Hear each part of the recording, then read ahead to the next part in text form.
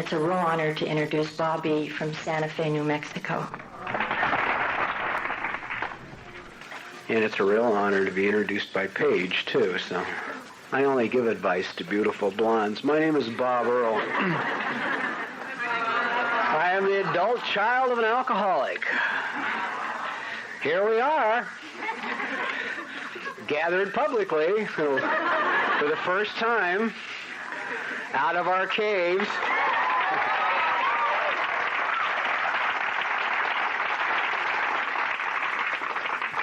The heretics have come out into the open finally. Those sneaky little people that live in the problem rather than the solution, who blame their parents for their drinking, are filled with self-pity and looking for an easier, softer way. Here we are. I love ACA things. I just love it. You know, Jeff was talking about the power in this room. I thought, Christ, I was crying in the lobby at noon when I came to get my badge, you know, just being here because the children are here. And that somehow moves me so deeply, you know, because my own child took it so in the neck for so many years. Forget in the neck as a child, in the neck in recovery. And all my ACA issues come up for me, my adult child issues come up for me in recovery. You know, when I was out there for 11 years, from 15 to 26, I was busy being a drug addict and alcoholic. I didn't have any time for any para-alcoholic, co-alcoholic, or adult child issues. I was just busy trying to kill myself with narcotics, and that's a full-time job. You don't have any time for that. But boy, from the day my first toe crossed the threshold of Alcoholics Anonymous, which is like almost 25 years ago now, it began. It began. The process began. These things began to come up. My therapist told me once a while ago, and I just broke my heart to hear it. She said, it's highly possible that in recovery that the alcoholic will adopt the behavior patterns of the co-alcoholic as opposed to the alcoholic once you cease to drink, which means my mother. Oh, my God. I don't even want to touch that one, right? I call my mother from the hotel today. She lives in the area. I'm a vegetarian. I don't eat meat, don't eat fish, don't eat chicken, don't eat anything, right? I haven't eaten any meats at all in a couple of years, longer than that. And I said kiddingly to Tina, I said, what? She will have fixed the chicken, you know? I called, I said, well, you know, we'll try and get by Sunday night and see. She said, oh, great, I fixed the chicken. I said, oh, fuck, sure glad you pay attention, Mom. You know, we hammer on forgiveness in ACA, and it's a tough issue, you know. Particularly, my dad was easy because he's dead. You know, he wasn't half the work Mom was because she's still here. And the behavior hasn't changed. The behavior hasn't changed. And it's not going to change. And I keep setting myself up for that one, you know. Anyhow, let's get back to the beginning. I don't know where we're going with this talk. I intend to try and show you parts of me that I don't show other people in other meetings, other conventions, for real definite reasons, because I'm protecting you. I don't want to get killed. I get enough flack now. I don't need any more, you know. Talk about vegetarianism in Springfield, Ohio sometime. No, where was it? Illinois. Somewhere in Illinois, in cattle country. Jesus. It warm to me at all. I find that a lot of us, or myself anyway, when I rolled into AA, the pattern began by my choice of sponsors. I found that I picked male sponsors that treated me just like my father. Just like dog shit. No different. You know? Now, I'm not saying that's bad. No, don't misinterpret what I'm saying here. I'm not saying that's bad, and I'm not saying that's wrong, because I was comfortable with it. You know, maybe it's good. I don't know. I know, but people that yelled at me and talked to me like I wasn't, you know, sit down, shut up, move the chair, go get the coffee. You go to these meetings. If you're not there, we'll break your back. How can one be more comfortable? Oh, okay. You know, sounds familiar. This is great, you know. I'm used to this. But the other problem with that is, for me, is that all of my life, from a small child on, I had a blank childhood. I could not remember birth to 15. Okay? Scrap it. It was when I rolled in here, it was pure blackness. I began all my inventories at 15 years of age. None of them went back further, and I was told it wasn't important. By people who are probably dead now. I try and frame this stuff as gently as I can. God forbid I should offend someone somewhere. But the other problem I always had is that if I went out to a room full of people that I didn't know and I'd never been there before, I had a pattern, I had a routine, and I had to follow. It was critical. And it was, I would find a wall, a corner, a place to stand where I could watch the people in the room.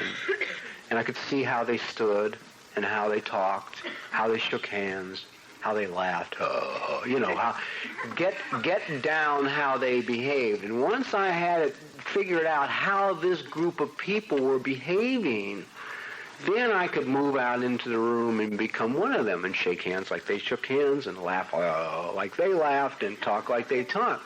And the tragedy of that is that I had left me, whoever that was, on the wall. Well, I left me on the wall for a very definite reason. And the reason was I have a secret.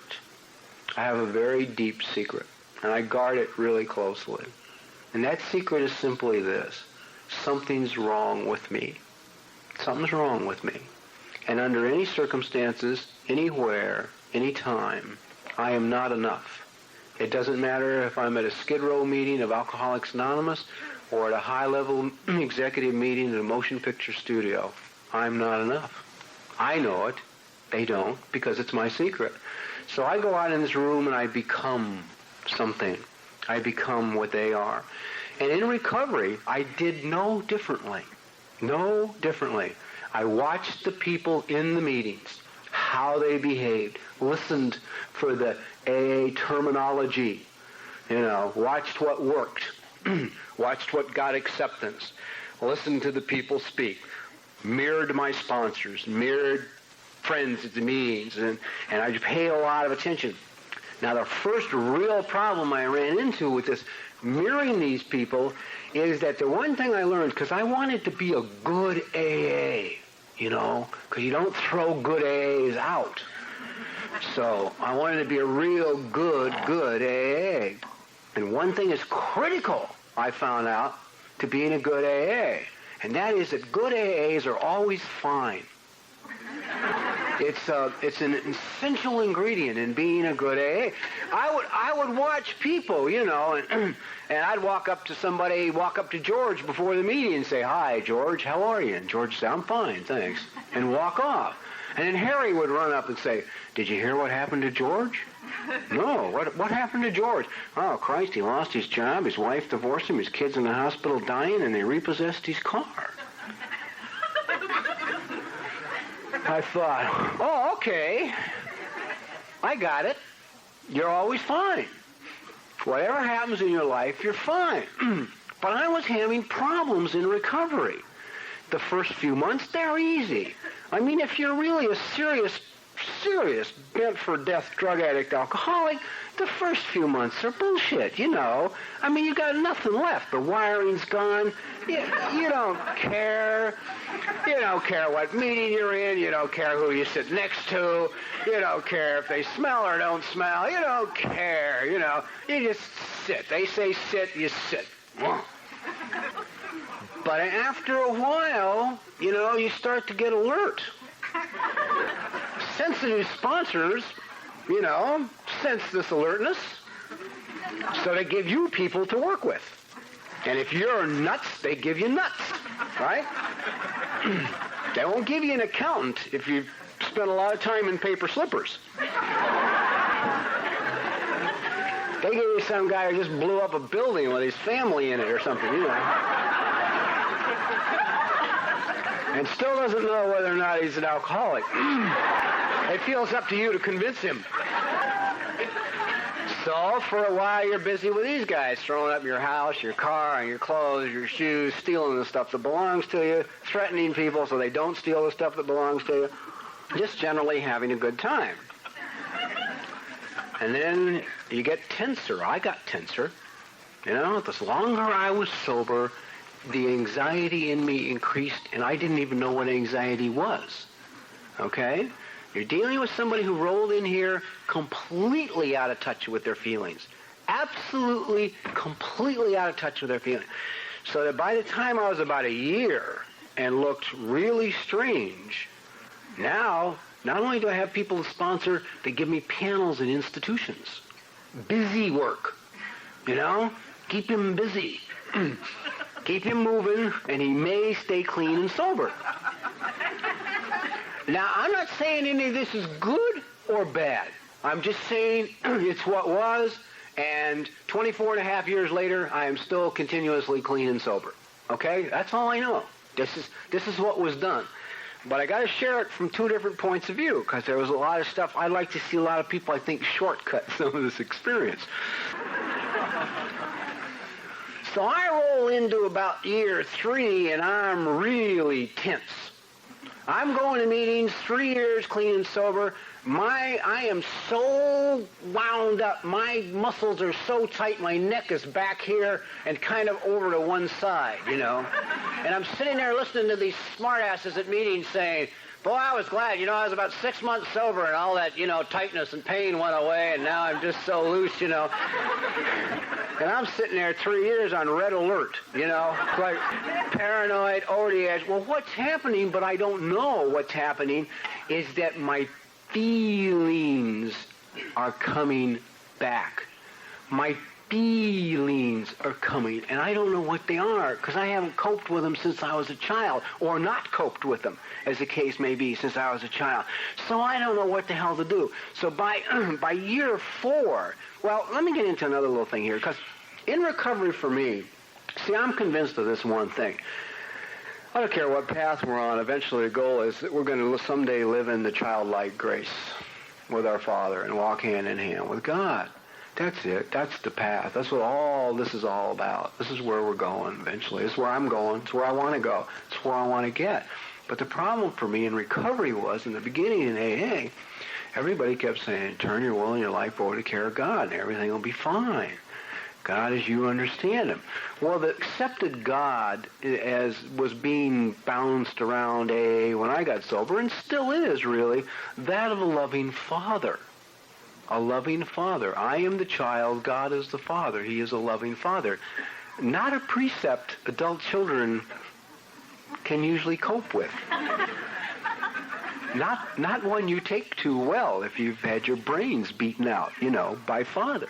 So my fear of God was one of punishment. So when you tell me, newly recovered drug addicts, turn it over to God, you'll be okay, I do what any good new person does. I agree. Okay, yeah, great, sure, fine. You always agree with your sponsors because you don't want to hear the bullshit when you don't agree. But the reality is you don't agree. I didn't agree. The guy's saying to me, turn it over, it'll be fine. I'm thinking, turn it over, I'm a dead man. I am a dead man. I will be paralyzed in a wheelchair for the rest of my life, and if I don't get that, I'll be 20 years clean and sober, working in a men's recovery house, washing dishes, celibate, talking about gratitude. I am not surrendering to that destiny. Okay? Not on a bet. So I would go home to pray, but I couldn't pray.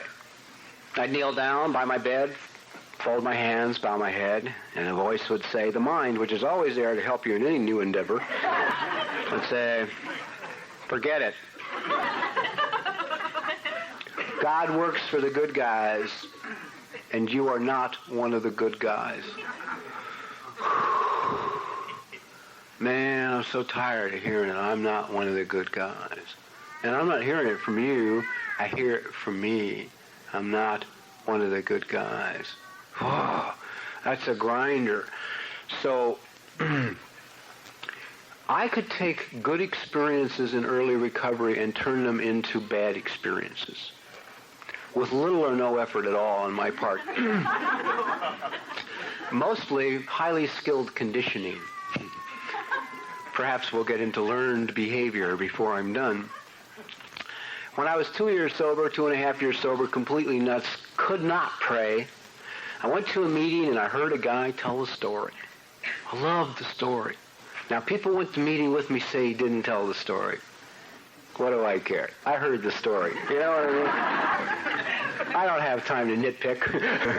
The latest rumor around is I'm in the nut house anyway, so I want they just let me dress and come out so I could talk tonight.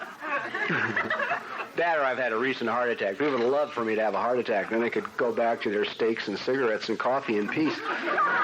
But, God damn it, I'm 51 and just keep getting healthier, which is... We'll get to him. Anyhow, this guy told this wonderful, simple, beautiful story about two men drinking in a bar in Alaska. One was an atheist and the other was a very religious man. And eventually their conversation swung around to God, and the atheist looked at the religious man. He says, I don't believe in your God. The religious man says, why not? The atheist said, I gave your God a chance to prove himself to me once, and he didn't do it. The religious man says, in what manner did you give God a chance to prove himself? And the atheist says, well, man, about 6 months ago, I was lost about 150 miles north of town in a blizzard. And I knelt down and looked up at the snow, and I said, God, if there is one, I'm lost and I'm going to die. The religious man looks at him, smiles a very knowing smile. He says, why, you must believe you're here. The atheist said, nah, some goddamn Eskimo came along, showed me the way back to town. Well, now, I love that story because one of my sponsors had kept saying to me, the kingdom is inside, the kingdom is inside, the kingdom is inside. Something I can't accept because if there's something wrong with me and I am not enough, then there's nothing good inside of me. Okay? I never got any support that there was anything good inside of me.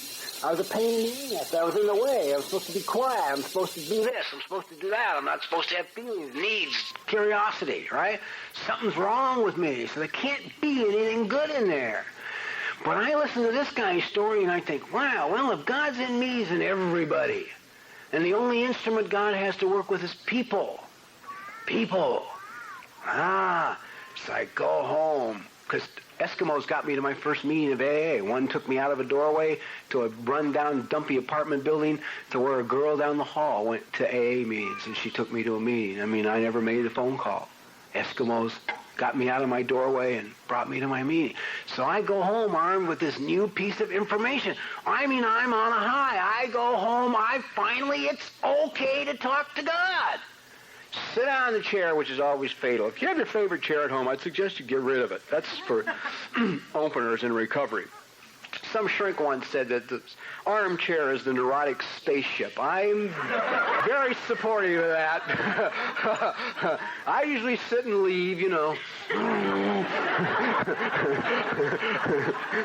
Goodbye. I've tried to think myself through more problems in recovery and have never succeeded.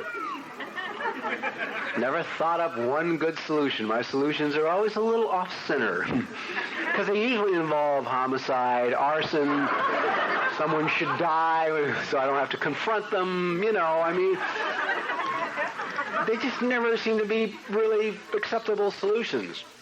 I go home, sit in my favorite chair, and my mind says to me immediately, don't get so excited. Why not, I say?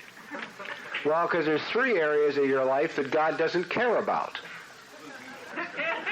The only question I ask my mind today when it speaks to me, which is often, every morning it still waits, hoping that it can get in there one more time and rip my throat out, is what is your source of information? God, for a 10th grade education, it thinks it's brilliant. It just is right there always with something to say. So I, like a jerk 2 years sober, not understanding this, say to my mind, well, what are the areas that God isn't interested in? Here's the adult child, that will work on himself. I just was given hope, real, honest to God hope, that God would work for me. Now I say to myself, my mind says, well, first, God doesn't care about where you work. It's not important to him. Unfortunately, that was logical to me. I stay away from things that are logical to me, too, anymore. I like to be in areas where I'm uncomfortable because I don't have information to deal with it.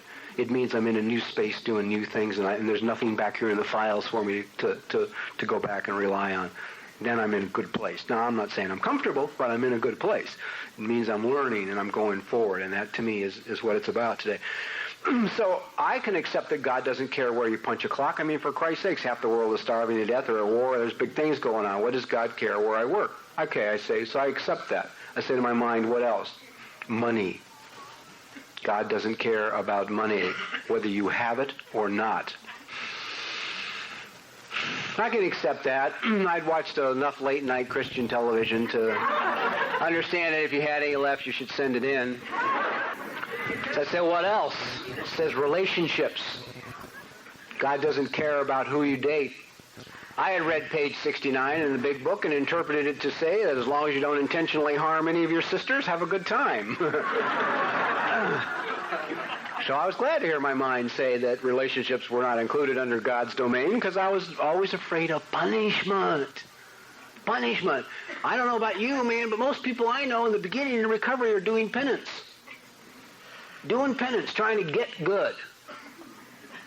Trying to get good, make up, get good, so that something good will happen, instead of understanding that it's a quick trade-off, boy. Bang, bang. So now I've listened to this story about how God is going to help me and love me and take care of me and this loving parent, but there's 3 areas he's not interested in. Money, employment, and women. Those I must cope with on my own. 2 years later, I'm 4 years clean and sober. I've been handling the money. I've just been financially bankrupt through the courts. Don't have an automobile. I've been handling employment.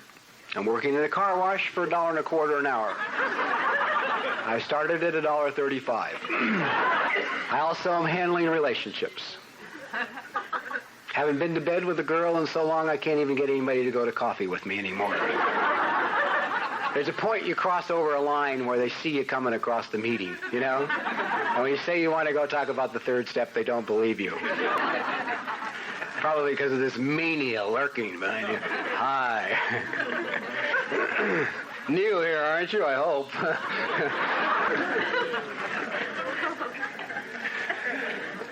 And I was sleeping on the guy's couch. I didn't even particularly like the guy, because he lived next door to the car wash I worked in. So that's how turning my will and my life over to God, it helped. People wanted me to take a cake. I said, I can't take a 4th cake. What the hell am I supposed to do? Go to the meeting and tell the newcomer, hang on for 4 years and you can have this?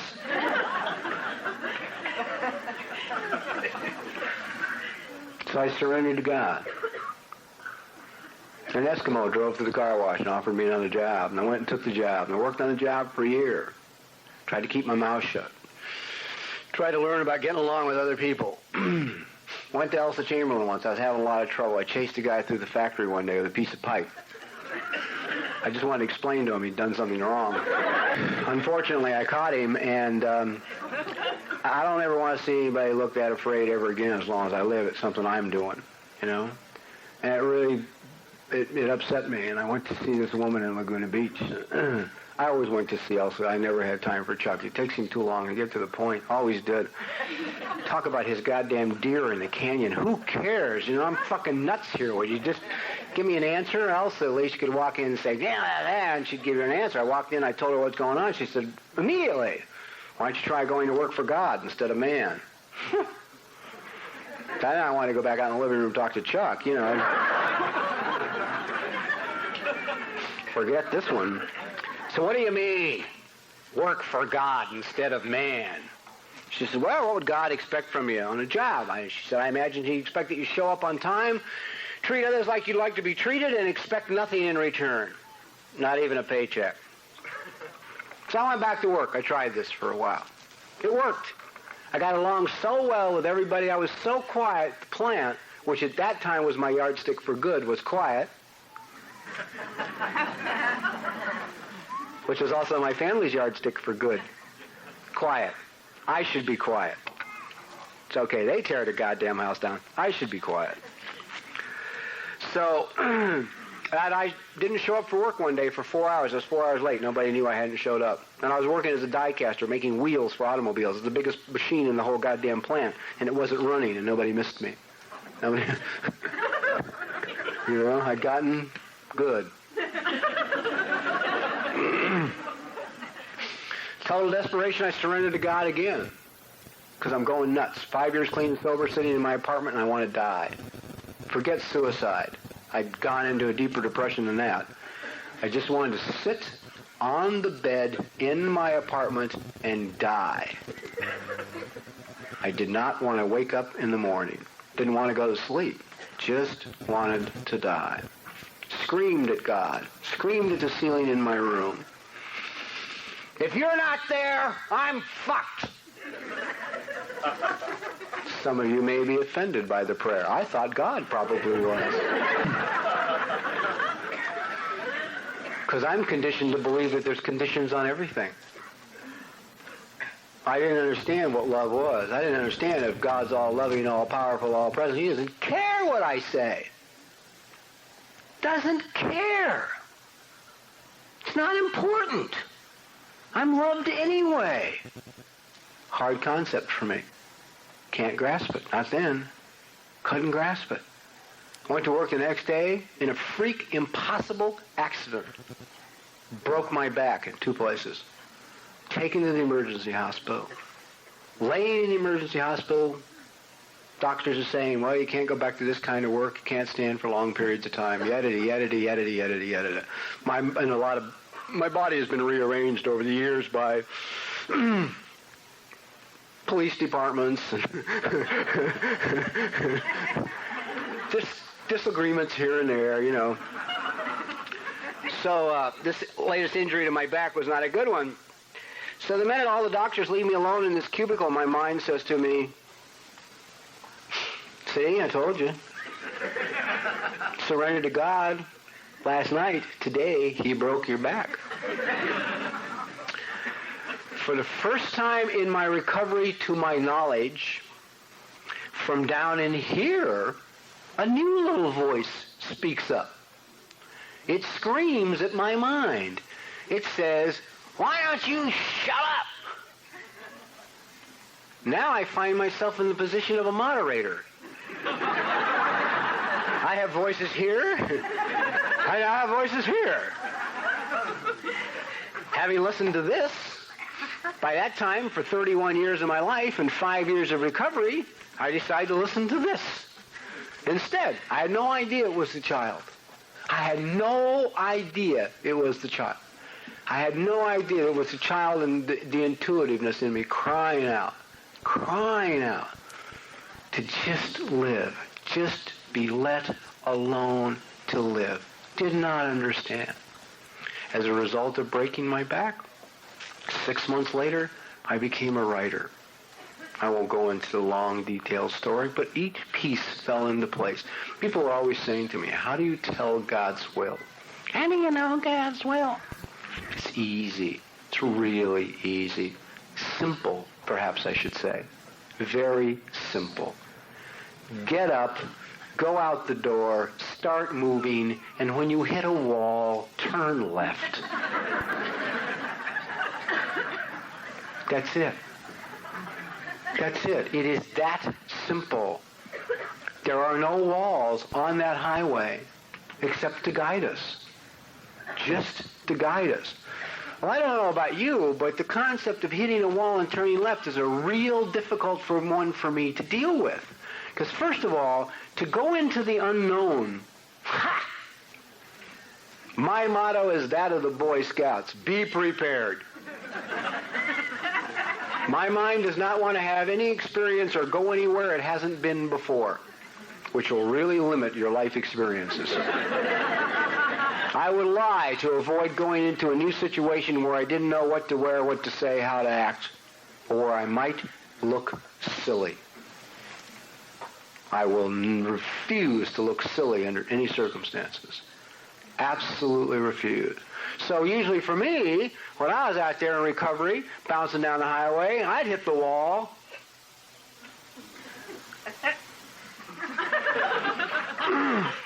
Oh. Huh.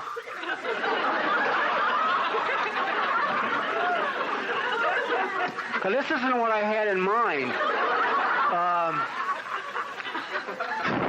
Well, there's not a lot of distraction here, though. Screw it, I'll stay a while, you know. Anything but, man, turn left into the unknown. Don't take me into the unknown, because I don't know what's waiting and I don't know how to behave, and I may look foolish and somebody's going to punish me. Somebody's going to punish me. I can't go. I got to stay here. They say you show an alcoholic a rut, he'll move in and furnish it. I've also heard say that the only difference between a rut and a grave is dimensions.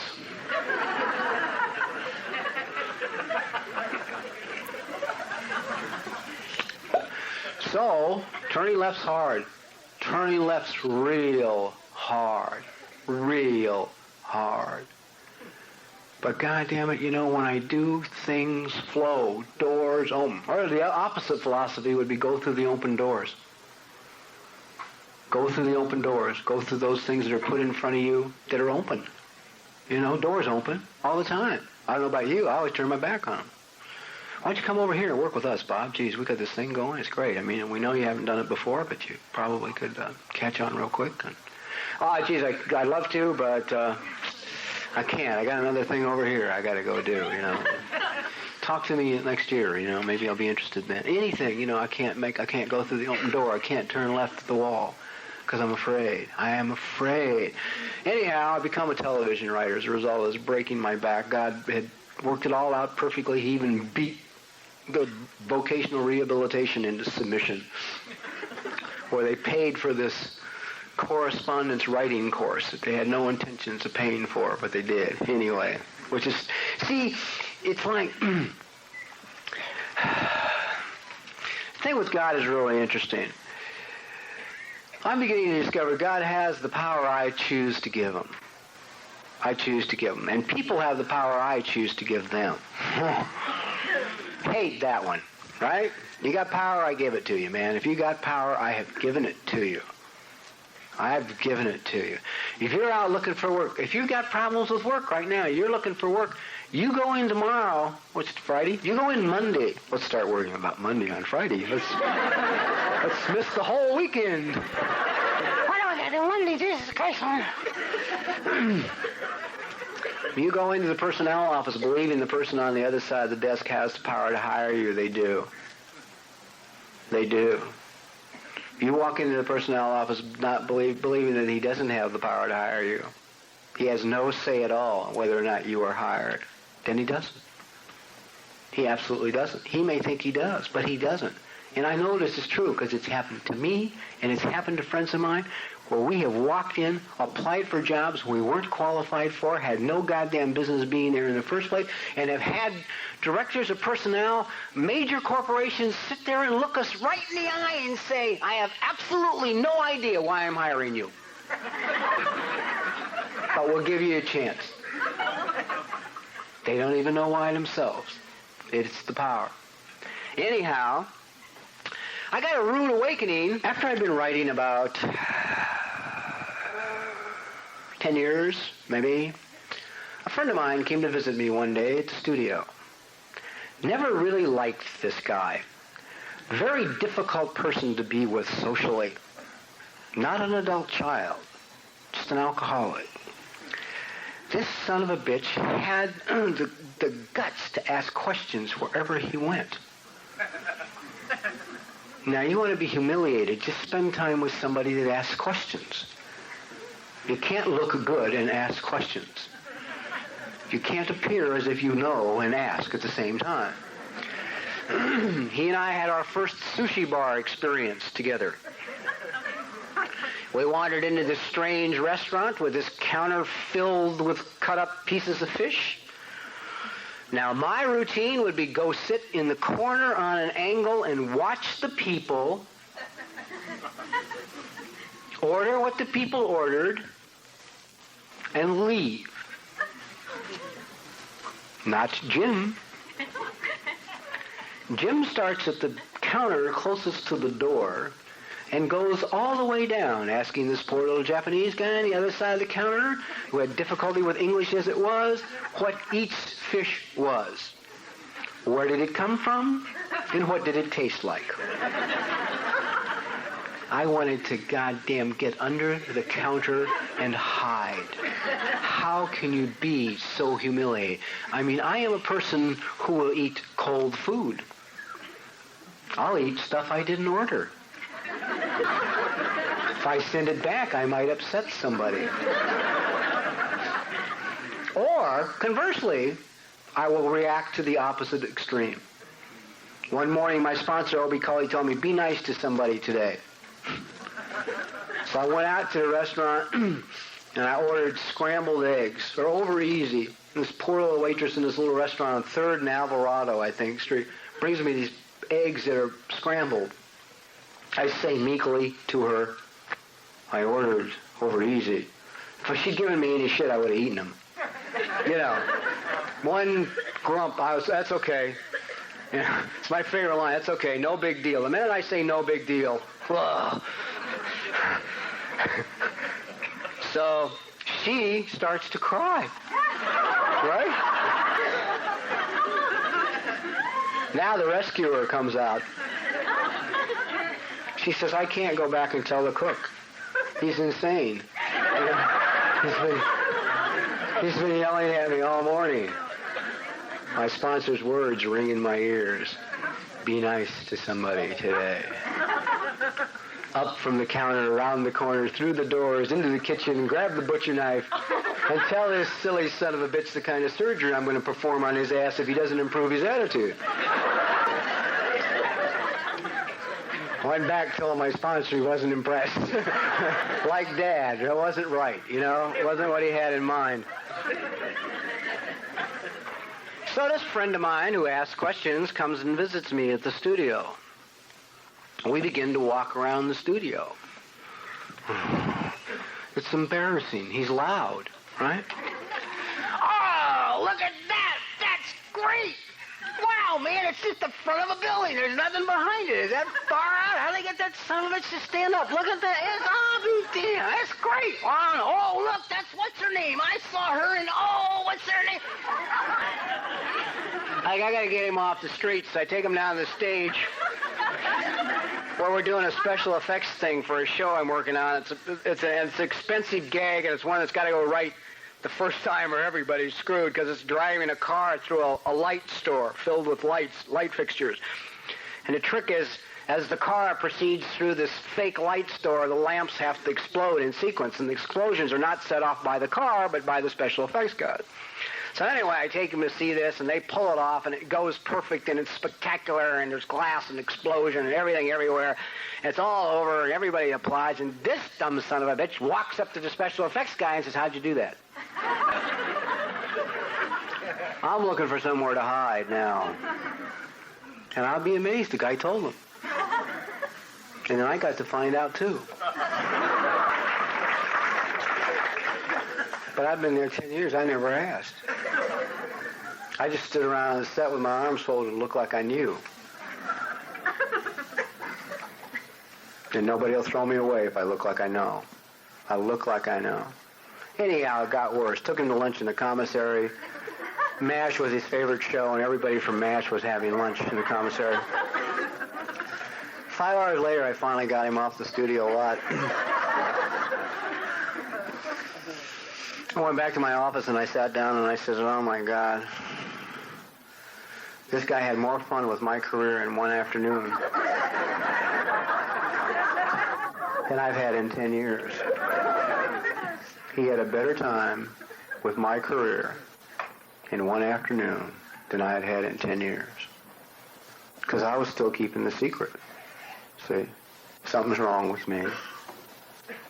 And whatever the circumstances are, I'm not enough. I'm not enough. I'm not good enough at anything. At anything. So keep the low profile, you know. Keep your mouth shut. Don't let them know. Whatever you do, don't let them know you don't know. Now, that's not only work-wise. That carries into my emotional life, you know. Ask me a question, I'll answer it. I have no idea whether the answer is right or wrong or true or false. Ask me what I feel about something before I was in therapy. I'd give you an answer. I had no idea what I felt. I used to sit in meetings, listen to people talk about getting their feelings hurt. 17 years sober.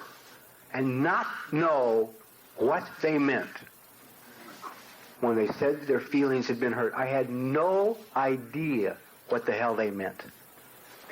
17 years of recovery. Probably sponsored. God, I got a good friend of mine who's been here for Bill, and I've been around each other forever. I don't know. Probably sponsored 500 guys by that time, at least. Took them to dinner, too. All of them, in large groups. I remember when I finally got into therapy, I sat on my therapist once, I was telling her about my spiritual behavior and recovery, and how I used to take 8, 10, 12, 16 guys out to dinner, 2, 3 nights a week. Pick up the check, with breaking bread with my brothers, sharing the abundance of God. She said that, or somebody doesn't want to eat alone.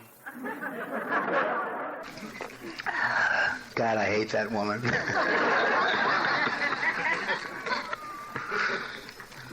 Anyhow, I kept plugging on for a couple of more years, and I hit year 17, man, in recovery, and nothing had changed except the trappings.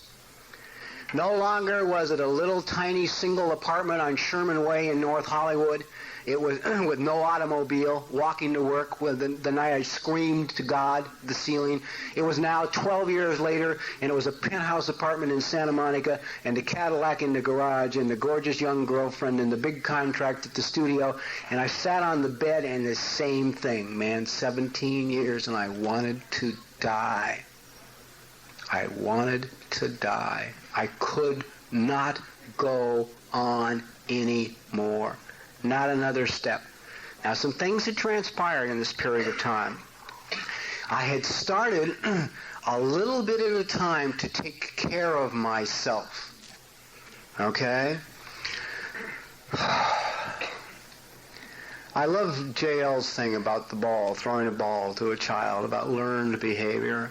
Learned behavior. See, I don't know how to take care of myself. I do not know how to just go about simply taking care of myself, because nobody took care of me. I remember once I had the measles when I was a kid, and I saw my mother 3 times a day. Breakfast, lunch, and dinner. I was shut up in a dark room. She'd come in, bring the meal, and leave. Later on, years later, I was about 12 years sober. I was dating a girl on the program. We had a girl wasn't on the program. I was dating this girl. She had a baby, and the baby got the measles. She was like 2 years old when she got the measles, something like that. And Sandy was in there like 8 hours in a room with her, reading to her, talking to her, toys, the whole thing. And I was angry and didn't even know why. I said, fuck that, man, leave the kid, Jesus Christ. Spend all that time with a kid. I didn't understand. I didn't know. All I had to go on was what I got, man, which was, worse treatment than jail. You see him more times than 3 times a day, even when you're in the hole. Well, not always. Depending on your attitude, you can go a few days and not see a human being at all. So 17 years, it became time to go into therapy. It was suggested to me to go into therapy. So I thought women were my problem. I had immense problems with relationships again, My yardstick was the original dynamic duo. I've discovered if you're not in touch with your feelings, you don't have a lot to offer in a relationship. All I had to offer was a vaudeville routine. I had 3 songs and 3 dances. You meet the girl, initially, in the beginning, it's great. You got all that lust and all that energy, and, it's wonderful, and music is playing, and rockets are going off, and it's just that, and you disappear, drop out of sight, nobody sees you for about 3 weeks. Sponsors are crazy, they know that you're going to get her drunk, or she's going to get you drunk, everybody's nuts. Finally, you resurface into the world, to no support from anybody, and now you have to have a relationship. Eventually, one day, the woman would look over at me and go, she needs something. I have absolutely no goddamn idea in the world what she needs. None. So I do song number 1. Sing song. Get her up out of bed, take her in the living room, go through my phonograph records, get out an album, pick out the album, tell her on this album is a song that moves me deeper than any song I have ever heard in my life. I have waited, however many years old I am by this time, to find someone to share this song with. I put the song on and I play it. I cry, she cries. I neglect to mention I have played the same song for 37 others.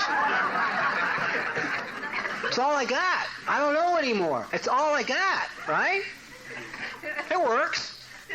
Little time goes by, there she is again. Needs some. Jesus, right?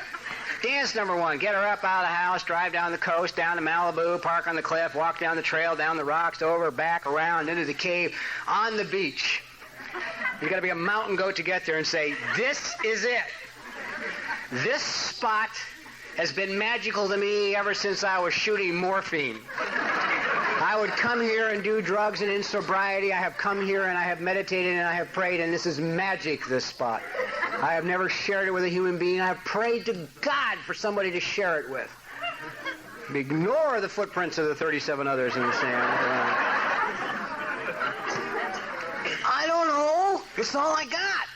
The only thing that changed when I became a writer, I added one more dance, right? I got money now, so after I go through my first 3 songs and 3 dances, I would then give them a credit card and say, go shop. Which I might add, no one on the face of the earth can shop like an emotionally dissatisfied woman. Seemed to take them longer to burn out on that phase of my making goddamn slam dunk Rodeo Drive. It's just, Jesus, cost me a fortune. A fortune. I'm talking kept me broke. I mean, I kept myself poor.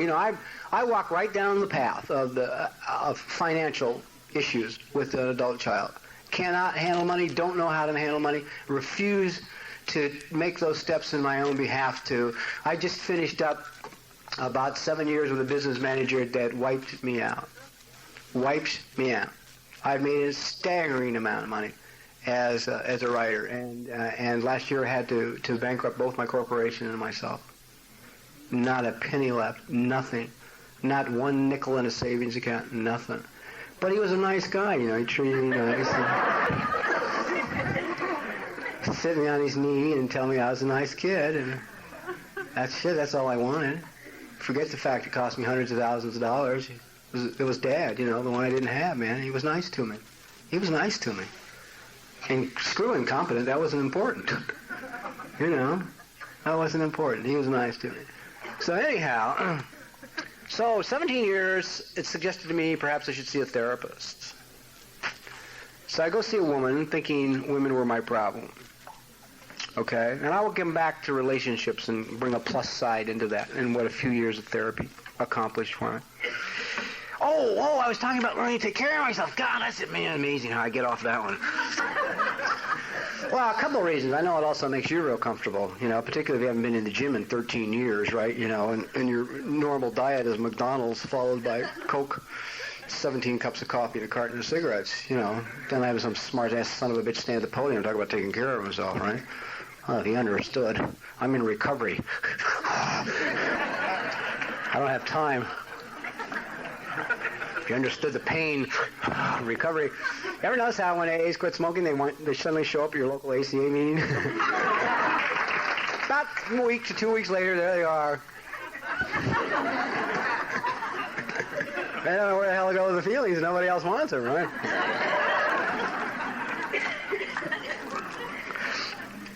Well, by this time, a few things had happened in my life, and I want to share these things, because all these things are really important. And these are all happening in little steps, And if you can get to some of this stuff sooner, great. If you can't, forget it, But boy, I got to tell you, it's changed my life. And I'm an absolute advocate that what you eat is what you are mentally. Your mental health is hooked to what you eat. I'm convinced that the studies that are coming in now are all correct.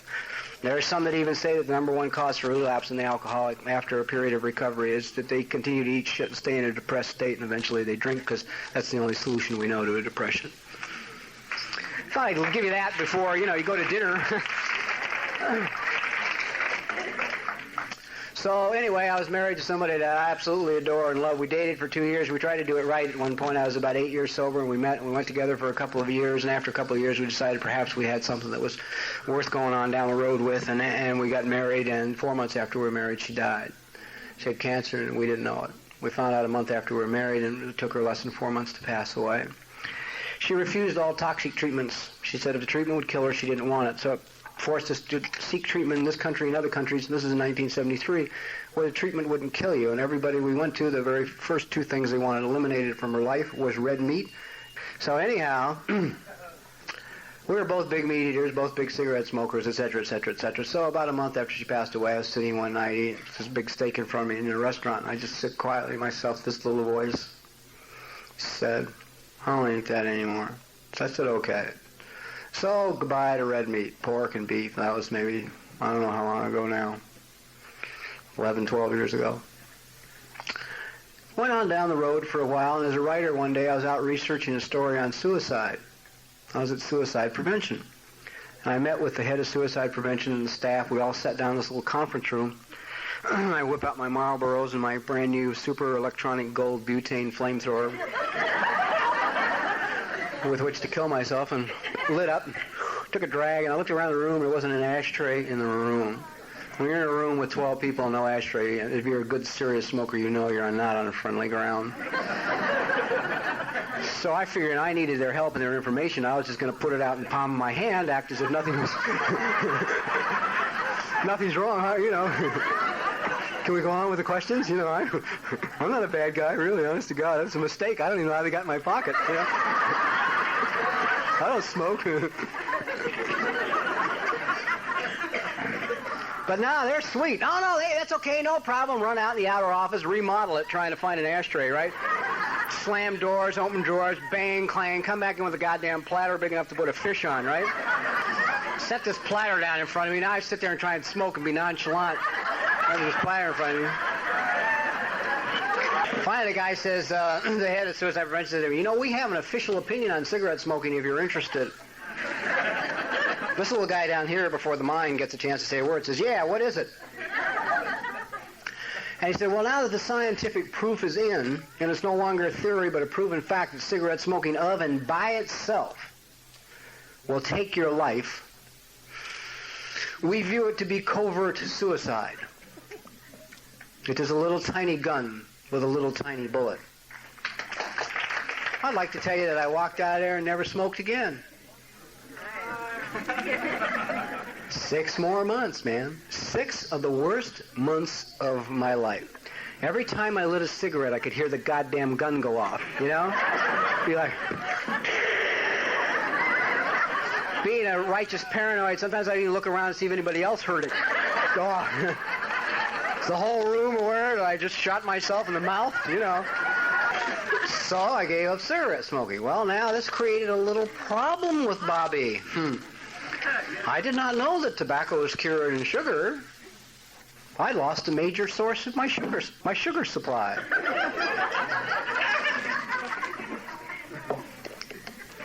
So now I begin to eat sugar. I eat sugar like I used to use morphine.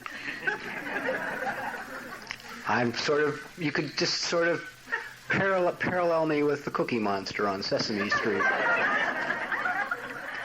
And I treated it like I treated drugs. I was living in Montecito at the time. He's sitting in the living room by the fireplace at night, quiet, 10 minutes to 11, calm, saying to myself, "There's no sugar in the house."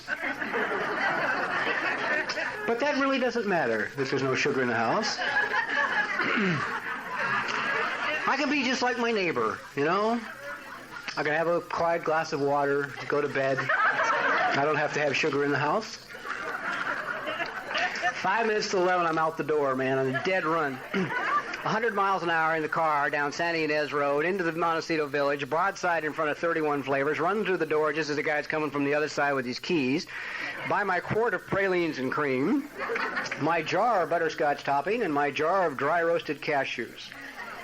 Take it home, get a bowl, I mean a bowl, no chicken shit cereal bowl, and make a sundae. And eat my sundae and go into a coma. which was great because I was in an uncomfortable relationship at the time and didn't want to deal with a woman in the bedroom anyway. And if you're crapped out in a sugar coma on the couch, you don't have to deal with it, you know? Finally, somebody turned me on a red app. Well, what happened was this little guy, you know, once you can get to the child and get to the little voice, see, the child's so wonderful. Because one day, man, I just bought a new pair of pants the day before. I don't remember how big they were, 40 or bigger. I can't even remember. And all the weight went right around here. I weighed about 50 pounds more than I do now. It was all like right here. And I got these pants one day, and the next day I can't get a button, right? And this little, like, child says to me, you can eat anything you want to eat. You can have anything you want. You can have all the sugar you want, all the cookies you want, all the Mexican pastries you want, all the cream puffs you want. But these are the biggest pants you're ever going to own. So if you want to walk around in the winter wearing Hawaiian shirts out because you can't fasten your pants, go ahead. So somebody turned me on to red apples. And I got off the sugar on red apples. Now I roll into my 17th year and I begin therapy. I go to meet my therapist. We sit down. We have the original encounter, you know, see if we're going to get along with each other. She said, start with your childhood. Tell me a little bit about yourself. I said, well, when I was 15 years old, they threw me out of manual arts high school. I discovered the wonderful world of drugs and alcohol. Spent the next 11 years running the streets, smuggling narcotics into the country from other countries. When I was 26, I wound up in the programs of NA and AA, and I've been clean and sober for 17 years.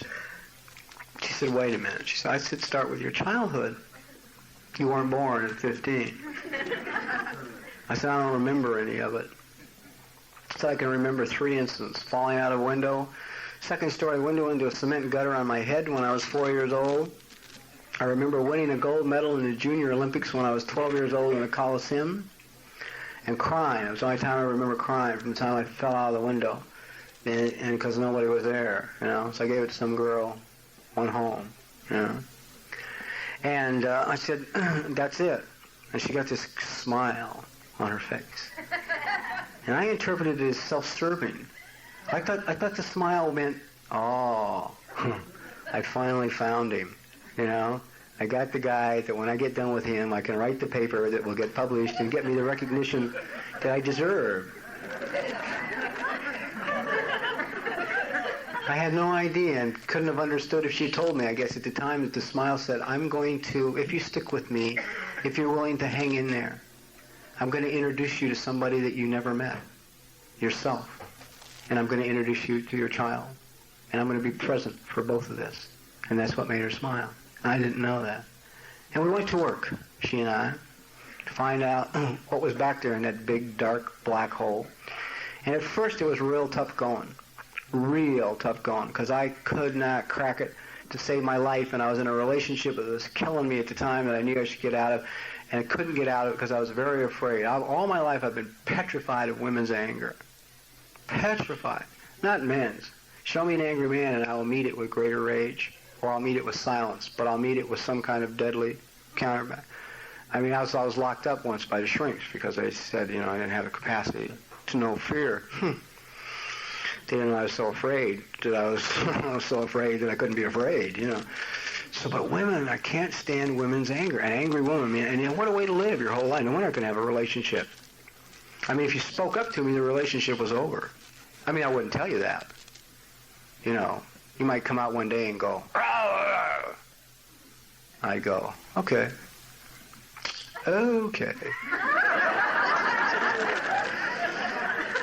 This relationship's over. I might even take you out and move you into a new house. But I'd make sure you pick it out, because I know you're going to be living there alone.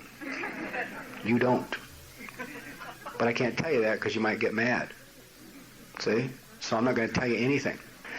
So, but the process, I found out, it's a real interesting process, trying to get in touch with your feelings today and go back and re-experience the feelings of your childhood. Because by now I've started the therapy, and friends of mine have come to me and said, Bob, you need physical exercise. You got to start running. I go, yeah, right, sure. They say, no problem. Come out and run with us. It'll be okay. After about a week of running with my friends, they say to me, look, there's a sports medicine podiatrist in Long Beach. He's the best in the world. We want you to go see him because you got a couple of problems. But if we can get your feet going straight, it'll be easier for you. You'll be able to go further, faster, with less work. Because I run really weird, you know, because my body, like I say, has been rearranged over the years. Everything isn't where it belongs. I've got vertebrae that are fused together. They've been crushed. I got a pelvis that's been smashed and torn in half and put back together. I mean, basically, everything isn't where it once was. I have friends that tell me that they could spot me a mile away on a whole road in a strange town, and they would know it was me, you know, running down the road. So they want me to go see this podiatrist in Long Beach. All this is real important to me this period. I live in Santa Monica. Long Beach is 35 miles away from Santa Monica. I cannot drive me 35 miles to the doctor. I won't do it. I'll drive you 35 miles to the doctor. I'm a good AA. Call me up. Tell me you got to go to this one special doctor. He's the only one you can see. He's in Long Beach. I'll pick you up, drive you there. But I won't take me. Won't take me. Tell people will tell you that's spiritual. Move over a chair. Move over a chair. If you can't take yourself to the best doctor, you can take somebody else. That's not spiritual. It's not what God has in mind. So I go to a podiatrist in Century City, 5 minutes away from where I live, who knows nothing about running. They make orthotics for me. I go out and run 3 miles, and my back goes out, and I'm bent over like the Hunchback of Notre Dame. Now my friend's saying to me, go see these doctors in Pasadena. They're the best sports medicine chiropractors in the world. They work with the Olympic team. They'll have you right in 3 days. Pasadena is also 35 miles from Santa Monica. I won't drive me to Pasadena either. I will not drive me that far to get the best care, because I don't know how. I was never taught how to do that. So I go to a chiropractor in the marina who's 60, 75 pounds overweight, smokes and doesn't know what the fuck word running means, right? He gets done with me and I'm doubled over now, right? Down here. Finally, out of absolute pain and desperation, I drive myself to Pasadena. My friends were right. 3 days later, I'm erect. I'm upright. I'm okay. They fixed me. Now they say, the doctors in Pasadena, go to Long Beach. Go see the guy in Long Beach. So I get in the car and I go to Long Beach. And I'm sitting in this podiatrist chair with my feet straight out in front of me. And I'm uncomfortable. I don't know why I'm uncomfortable. I'm just uncomfortable. One of the things I learned about the process of this going back and digging is when stuff starts to come up, I'll be walking down the street and totally uncomfortable for no reason at all. No wonder I never wanted to be in touch with my goddamn feelings. They're inappropriate. You know? They show up at the worst goddamn times, then I have to look silly. And I never want to look silly. I was just spent 3 weeks with a best friend of mine over in Europe, and we were in Pisa, at the Leaning Tower of Pisa. This is how my mind works. And there's like 150 tractors lined up in front of the church. I say, protest. Shit, I don't know if I want to be here or not. My friend, a good Italian Catholic, understands better. He says, no, I don't think it's a protest. Let's wait and see. Maybe it's the blessing of the tractors.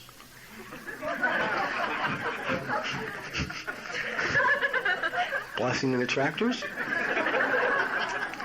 Sure as hell, the bishop is there, right? Comes out of the church in his robes with his little entourage, and as he comes out, all the farmers go to their tractors, start their tractors up, get the engines running, and he goes from tractor to tractor. And he shakes the hands and the great faces of these farmers, and some of them have their sons with them. Little guys sitting beside their dad, so goddamn proud to be with their father in this tractor, right? And the bishop would stop and shake the father's hand, and the father would introduce his son to this bishop, these Italian farmers. I'm fucking in tears, right? I'm standing there, I'm just bawling. I can't stop it because it's like, I can't, the sense of community and the sense of love and the fathers with their sons and that great sense of feeling, and it's killing me. It's killing me because I don't ever remember it. You know, it's the pain of the childhood that I never had, you know. I didn't want to be standing there in front of 300 goddamn tourists with snot running out of my nose at the blessing of the tractors, but I couldn't help it. You know? That was where I was at the time. I'd never been to Europe before in my life ever. I'm really glad I waited till I was 50 years old. And I'd had ACA and therapy and all this recovery because I had a wonderful time. Because I was willing to look like a fool. And you can communicate to people in a language that you don't speak when you're willing to look like a fool. But if you got to look good, you're screwed. You know? You're going to eat shoe leather, man, because you ain't going to get the point across, you know. Anyway, I'm sitting uncomfortable in this chair, and the nicest guy I ever met in my life walks in. Sweet, gentle, beautiful man, and he picks up my right foot right away, turns it a half a dozen different ways, and says, "What happened to your foot when you were a kid?" I says, I don't know. Why? He said, "Because it's practically a club foot." I said, "I don't know. Maybe I was born that way." He says, "No, no." He said, "This is a structural change in the foot that happened after you were born. Something happened to the foot after you were born." He finishes up his work, he makes all these casts, and I get in the car and I drive home and I'm really uncomfortable. I have no idea why I'm uncomfortable, but I'm sick at my stomach and I want to throw up. And I'm mad and I don't even know at who. I don't even know why. I just know I feel real bad, real bad. I get home, I love God's timing. The phone rings. It's my mother. She had just come from her foot doctor. She's incensed because he didn't cut her toenails right. So I say to her, "Look, as long as we're on the subject of feet, what happened to mine?" I want to warn you, man, when you go back to do this process, it's tough. It's tough because a lot of times their own pain is so great they can't remember. They can't remember what they did. They really can't. I just ground at her a little bit, and finally she says, "Well," she said, "when you were a little boy, you had to have special shoes. You had very high arches. We had to buy you special shoes, and these were very expensive shoes." And she repeated a few times that these were expensive shoes in the next couple of minutes of conversation. I hung up the phone. Now I'm really nuts. Really nuts. Don't know why. Don't know why. Just nuts. Pace all night long. I'm a walker. If I'm really gone, if the wiring's shorted out, I walk. Back and forth, back and forth. Want to vomit, can't vomit. Want to cry, can't cry. Want to punch my fist through the wall, but over the years I hit too many studs. I've given that up. Don't know what to do. Don't know what to do. Tried gagging because my therapist taught me to stick my finger down my throat and gag when I get too blocked. I'm doing everything I can. Next day I go to see her. I walk in her office. She says, "How are you?" And I just scream. I don't say fine anymore. Yeah! She says, "Well, why don't we go back and see what we can find?" So we went back, and what we found is I found myself about 2.5 years old standing in a hallway in an apartment building in Denver, Colorado, and I had tears streaming down my face, and I was standing there with my mother, and I was pointing to my right foot, and I was telling my mother that the shoe was too small. It hurt, so small it hurt. And my mother said to me, "Shh, not too loud. Your father will hear. And he'll be angry." I got the message. I finally understood why, for all my goddamn life, I felt like something was wrong, and I'm not enough. If you can't even take the shoe off that hurts, and buy me one that doesn't hurt, I can't be worth very much. I just can't be worth very much. I went back to the guy in Long Beach. I said to him, "Look, could wearing a shoe that was designed for a high arch, it was too small, turn the foot over?" He said, "Absolutely, that's probably what did it." Now I knew. Now the rage came. Now the rage came. Rage like I had never known rage in my life. I used to go in sometimes and be with that woman, and I would beat that couch until my knuckles bled, and it was a soft couch. At what was done to this child. At what was done to the child. And I had forgiven them when I was 6 months sober. Somebody said, "Forgive your parents. They did the best job they could with the tools they had." Actually, somebody said that who wasn't even in the conversation with me at the time. Walking through a meeting, I was mumbling something about this drunken son of a bitch I had for a father, and some old-timer jumped up out of his chair and said, "Hey, hey, hey. Enough of that. Forgive them. They did the best job they could with the tools they had." Again, you know what's so dangerous about that? It's intellectually logical. You know, if you need a hammer, you got a screwdriver, you know, you're dead. You can't do it. So I can accept that intellectually. I say, oh, yeah, okay. But then I'd go for Christmas visits to the family, right? And I'd be a lunatic. Couldn't understand why. I'd start feeling bad 10 yards from the front of the house. You know, and I'm carrying presents I can't afford, right? Into the same house of lunatics. Same uncles are drunk now that were drunk 20 goddamn years ago. The fat son of a bitch that broke my electric train still hasn't done the right thing and died, you know. I mean, I'd walk in, sit down and tell them the same jokes they told 20 goddamn years ago. The same petty inter-family anxiety and neurosis is still going on. I don't understand any of this at the time. I mean, I'm not in touch with what's going on. I just know I want to die. I'm with mom and dad. I'm with family, and I want to goddamn die. And eventually I'd sit there in this room full of family at Christmas Day, and my mind would say to me, the only solution is get a flamethrower and torch the whole goddamn house with everybody in it. Right? But now I've got an AA voice that speaks up and says, oh, you're a sick son of a bitch. Anybody who can think about doing that to his family is really in trouble. So I'd lie about having a newcomer. I got a newcomer waiting on the corner. I got to go help. I leave and go away. And you know what I'd think when I walked out the door? What's wrong with me? That was an immediate thought when I went out the door. What's wrong with me? I do not spend holidays with the relatives anymore. Don't do it. I had one of the best Christmases I spent alone. Cooked my own turkey, got all my teddy bears out, put them around the tree, opened presents. I had a great Christmas day all by myself. The bears loved it. I loved it. We all did great. Had a super time. Super wonderful time. This year I was in Santa Fe. Man, what a trip out walking around. Half the streets are lit with candles in paper bags, and we sing carols and stop at bonfires in front of house. Wow. I mean, you know, I'm like in tears singing. The little kids are standing around the bonfire singing carols. I just assume it's good for them to see an adult cry, you know. I just don't want to look good anymore. You know, I just don't want to look good anymore. Oh, because I'm dying when I look good. Anyhow, where am I here?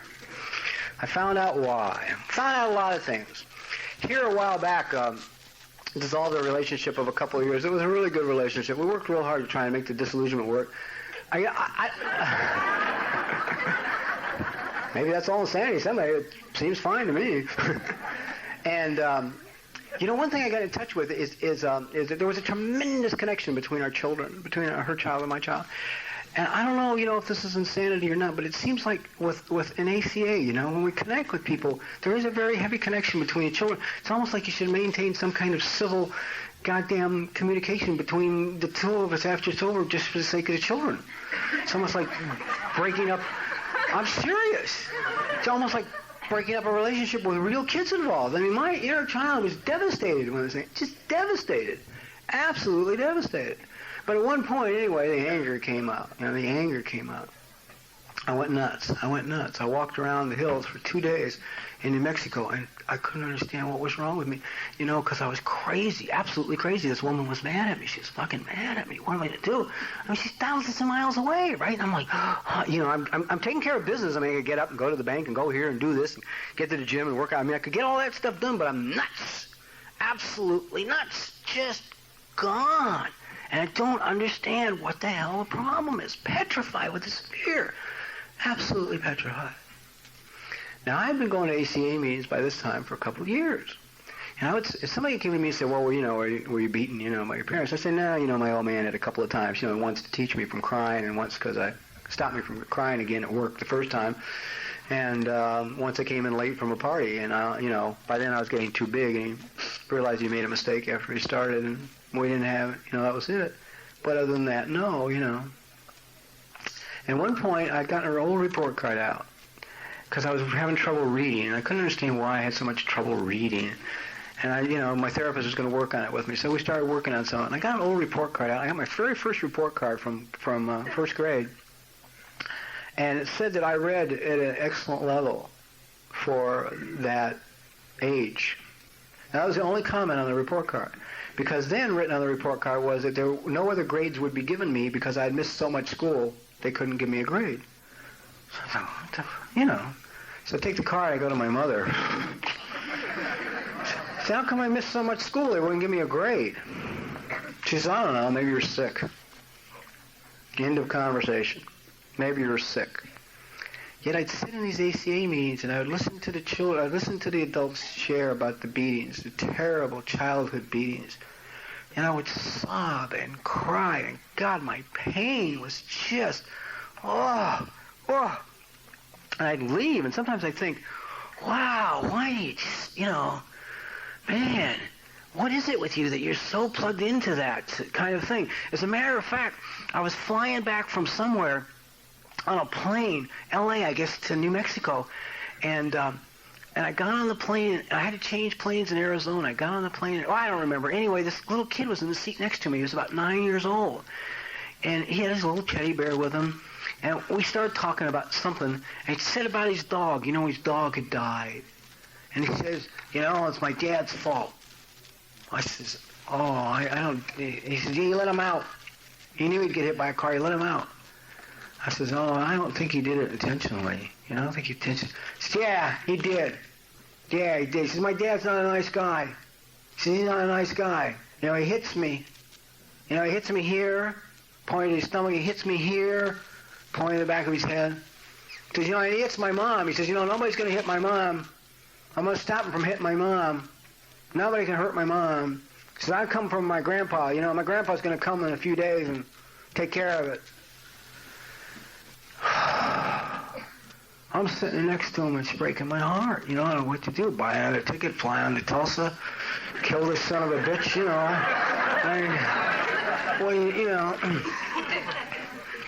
So I memorized the kid, they got a tag on it. He's got a tag on it. So I memorized the kid's name off the tag. And I get off in Albuquerque, and I go in the police at the airport, and I tell them the story. I said, somebody should meet the goddamn plane and do something about it, They weren't interested, right? So I said, fuck this. So I went and got on the phone. I called the police in Tulsa. Got the downtown branch. They weren't interested, but they said they'd connect me with the precinct at the airport. So finally I get the precinct at the airport in Oklahoma, and finally I get somebody who cares. Somebody cared. And when I got done talking to this guy, he said, yeah, we'll have an officer meet the kid on the plane before he can get off. And maybe we can do something about it. And I started to sob, and I thought, why? Because I could sense this small child. And suddenly this officer there saying, hey, I hear somebody's hurting you. Maybe I can help. And I thought, God, how great that feels. But I couldn't understand why. I couldn't understand what's going on, why my emotions were so huge over all that. Anyhow, I don't know what happened. I assumed they met the plane, and probably some guy in Tulsa would like to know who I am by now. Any kind of luck, maybe you'll hear the tape one of these days. We'll meet in the meeting. So now, after 2 days of being lunatic because I can't stand that same person's angry at me 2,000, 3,000 miles away, I finally just called my therapist and said, man, I'm nuts, and it's got nothing to do with what's going on in my life at this moment. And I am over the edge, and I know it doesn't have anything to do with what's happening. I said, I'm going to be on the plane this afternoon, and I'm going to come in and see you. So I flew in L.A., and I spent a couple of hours with her. And anyway, we went back, and what we found out is that as a little guy, probably from age, interesting how all this stuff goes together. She says to me before she starts, she says, have you ever hit a woman in your life? I said, only once. I hit my first wife once. I said, she was pregnant at the time. She's a big woman. I said, I hit her so hard with the back of my hand, I knocked her clear across the room, almost knocked her unconscious. And I said, and that's because I was trying to kill her. I wasn't just trying to hit her, I wanted to kill her. And I just let her have it with the back of my hand. Anyway, we went back, and what we discovered was apparently from age 2 to about age 5.5, I had my brains beaten in constantly by my mother. My father was never there. Apparently it was one of these things where I was alone, with her. We have no idea why she stopped. She's 80 goddamn years old. Confronting her with it would be like confronting her with the shoes. Her pain's probably so great she doesn't even remember it. I don't know if she remembers or not. I figure she probably stopped because I had to go to school, or whatever it was that had created that anger in her in the first place had passed. Whatever the situation was in her life had passed. And I understood why, I so identified. And I told her, I said, I was telling her about the little kid on the airplane. She says, all you did is you did for him what you wished somebody had done for you. That somebody would have stopped the beatings, made it stop. And the other thing we discovered is apparently I got hit with the back of the hand all the time. Because when I was in that place, I kept covering this side of my head, like this, where a right-handed person would hit you with the back of their hand, and flicking with this hand, how a child does to try and stop a blow. So, when I hit the only woman I ever hit, I hit her with the back of my hand. Interesting how that stuff ties together. Yeah, it isn't. I've been told that's not important. I've been told none of that stuff matters. What am I wasting my time on that for? I've been told that the people in ACA live in the goddamn problem. Sit at meetings and cry and yell and scream and bang on the goddamn tables and, blow their noses and raise hell, and we live in the problem.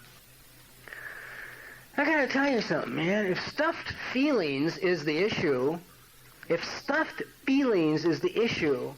and I am sitting in a room of people crying, I am into the first step of recovery. I am in the first step.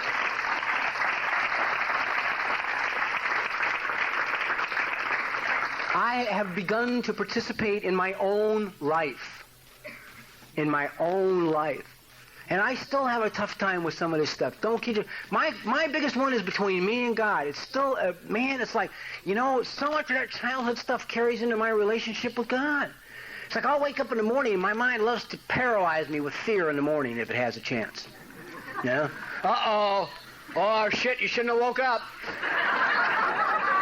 It's going to be the worst day of your life today, man. They're all going to get you today.